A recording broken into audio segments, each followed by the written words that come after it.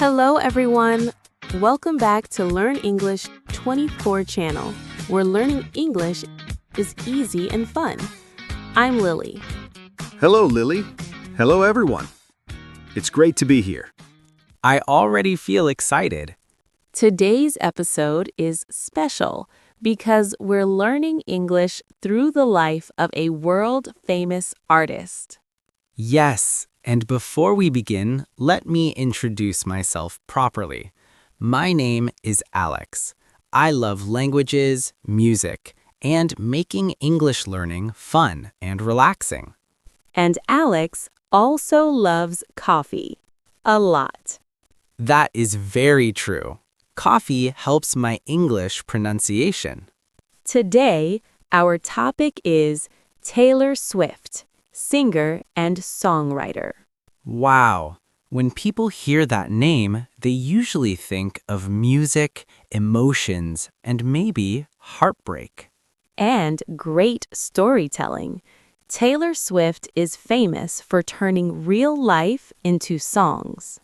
Listeners, here's a quick English tip. A singer-songwriter is a person who both sings and writes their own songs. That's right. Taylor Swift writes many of her own lyrics, which makes her music very personal. So let's start at the beginning, her early life. Taylor Allison Swift was born on December 13th, 1989 in Pennsylvania, USA. She grew up on a Christmas tree farm. Yes, a real one, not a movie set. Imagine writing sad songs surrounded by Christmas trees. That explains the emotions already. As a child, Taylor loved music and storytelling. She enjoyed writing poems and short stories. And she learned to play the guitar at a young age. This is an important English word. At a young age means when someone is very young. Taylor showed talent early, but success didn't come instantly. Exactly. She faced rejection. That means people said no many times. Listeners, rejection is a useful word in English and in life. It means not being accepted. But Taylor didn't stop. She practiced, wrote songs, and performed wherever she could. Her family supported her dreams, and they even moved to Nashville, Tennessee. Nashville is famous for country music. It's often called Music City. Moving for a dream is a big decision. In English, we say, take a risk. And Taylor definitely took a risk. She signed her first record deal as a teenager. That's very young. I was still trying to learn how to wake up early. Her first songs were country style and told stories about school, friendships, and feelings. Listeners, notice how these topics are simple but emotional. That's why her songs are easy to understand. And that's why learning English through music works so well. By the way, Lily, do you have a favorite Taylor Swift song? I do, but my favorite changes every year, just like her music style. That's another important word, style. It means the way something is done. Taylor's style changed over time, but her storytelling stayed strong. And that's what made her special from the beginning. In the next part, we'll talk about her rise to fame and how she became a global star. Yes, and we'll learn more useful English along the way. So stay with us, relax, and enjoy learning English. Let's continue soon. Welcome back. Let's continue our journey with Taylor Swift. Yes, in part 1, we talked about her childhood and early dreams. Now things start to get exciting. Taylor released her first album when she was very young. Her debut album was called Taylor Swift. In English, debut means the first time something is shown to the public. The album was a success, especially among teenagers. Many young people felt connected to her songs because they talked about real emotions. Love, friendship, disappointment, very human feelings. And listeners, here's an English tip. To relate to means you understand something because you've felt it too. People could relate to Taylor's lyrics. Her next album, Fearless, made her even more famous. The word fearless means having no fear or not letting fear stop you, That album won many awards. including a Grammy Award. A Grammy is one of the biggest music awards in the world. Taylor became one of the youngest artists to win Album of the Year. That's impressive. In English, impressive means something that makes people admire you. But fame also brought pressure. Yes, pressure means stress or expectations from others. Taylor was suddenly in the public eye all the time. The public eye means everyone is watching you. People talked about her music, her clothes, and even her personal life. That can be difficult, especially at a young age. But Taylor used her experiences to write more songs. She turned challenges into creativity. Listeners, this is a great English phrase.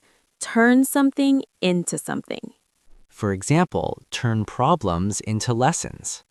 Or turn emotions into music. As her career grew, Taylor started experimenting with new sounds.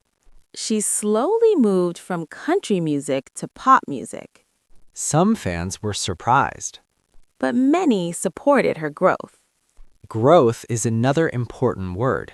It means development over time. Taylor showed that it's okay to change. And that message is important for language learners too. Yes, your English doesn't stay the same. You grow step by step. Taylor also became known for her strong connection with fans. She listens to them and often thanks them publicly. That builds trust and loyalty. And loyalty means staying supportive over time. By this point, Taylor Swift was not just a singer, she was a global star. But her story doesn't stop there. Not at all. In the next part, we'll talk about her challenges, confidence, and powerful messages. And of course, more English learning with fun and emotion. Stay with us. See you in the next part. Welcome back again. Now we're moving into a deeper and more emotional part of Taylor Swift's life. Yes, this is where her story becomes not just about music, but also about strength and self-belief.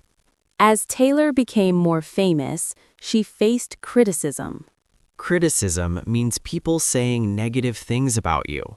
Some people doubted her talent as a songwriter. They said she didn't write her own songs. That hurt her deeply.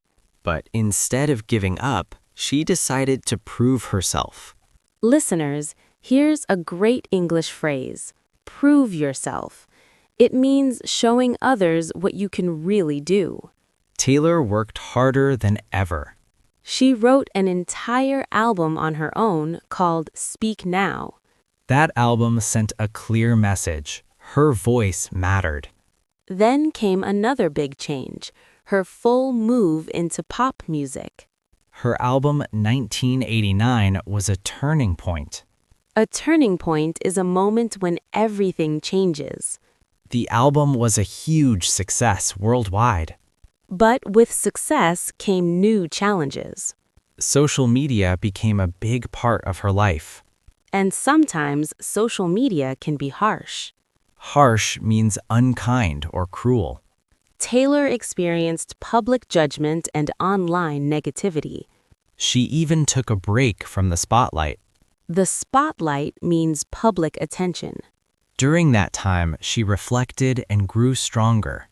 She returned with music that showed confidence and independence. Her songs began to focus on self-respect and boundaries. Listeners, self-respect means valuing yourself. And boundaries mean knowing what is okay and not okay for you. Taylor also became more vocal about artists' rights. She stood up for fair treatment in the music industry. To stand up for something means to defend it. That inspired many people, not just musicians. Her journey teaches us that growth is not always easy. But it is meaningful. Just like learning English. Yes, sometimes you feel shy or make mistakes. But mistakes are part of progress. Taylor once said that being brave means being imperfect. And that's a beautiful lesson for all learners. In the final part, we'll reflect on her influence and share a calm, thoughtful ending together. So take a deep breath and let's continue. We're almost there. Welcome to the final part of today's episode. This is where we slow down, reflect, and think about what Taylor Swift's story really means. Taylor Swift is more than a singer and songwriter. She is a storyteller, a businesswoman, and a voice for many people. Her music has influenced millions around the world. To influence means to affect how people think or feel. Many listeners feel understood when they hear her songs. That feeling of being understood is very powerful. Taylor's lyrics often talk about emotions we all experience. Love, fear, confidence, sadness, hope. And through all of this, she keeps growing and learning. Just like we do when we learn a new language. Learning English is not only about grammar. It's also about expressing feelings and sharing stories. Taylor's journey reminds us that our voice matters. Even when others don't believe in us. She made mistakes, learned lessons, and became stronger. And that's a message for everyone listening today. Now, let's take a quiet moment together. Alex, when you think quietly, what good news do you feel inside? I feel thankful, I feel hopeful, and I feel happy that we are learning English together. That's beautiful. Sometimes the best good news is peace of mind. Exactly. And listeners, remember, your English doesn't have to be perfect. Progress is good news. Every word you learn is good news. Final message to listeners. If you enjoyed this episode and found it helpful, please don't forget to subscribe to our channel so you don't miss any future lessons. That's right. And please share this episode with anyone you know who is also learning English. It would mean a lot to us, and we'd love to hear from you. So please leave a comment below telling us about your day in English or any other topics you'd like us to talk about in the future. Yes, we read your comments and truly appreciate your feedback. So until next time, keep practicing your English and have a wonderful day. Bye, everyone. Bye, Alex. Bye, everyone. Bye, Lily.